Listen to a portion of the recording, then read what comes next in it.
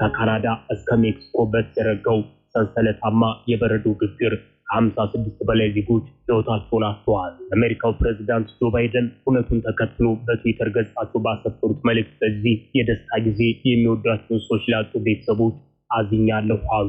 ዜጎቻችንን ሕይወት ለመታደግ ግን የተቻለው ሁሉ እናድርጋለን ሲሉ ገልጸዋል። የኤሪክ አስተዳዳሪው ማርክ ፓሉንካርዝ ከ12 ዜጎቻችን የሞት ሐዘን ሳናገግም ሌላ የሞት ዜናን መጋፈጥ የግድ ሆኖብናል ይላሉ። እኔ አሁን አሳዛኝ ዜና ነው የምነግራችሁ። ባለፈው የ12 ሰዎች ሞት በማስተናገዳችን በጣም አዝነናል። አሁን ግን ነገሮች እየከበዱ መጥተዋል።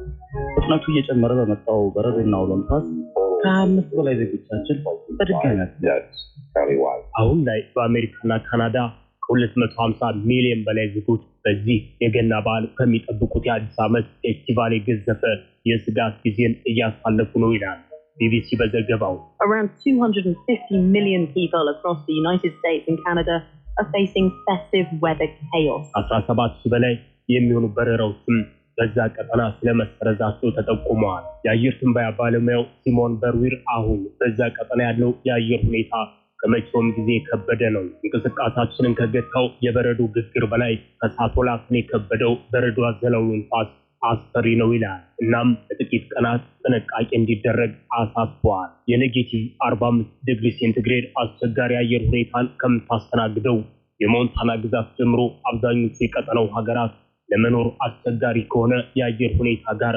ቀናቸውን እየቆጠሩ ነው። የየሀገራቱ መሪዎችም ለዜጎቻቸው የማስጠንቀቂያ መልእክትን እያስተላለፉ ነው።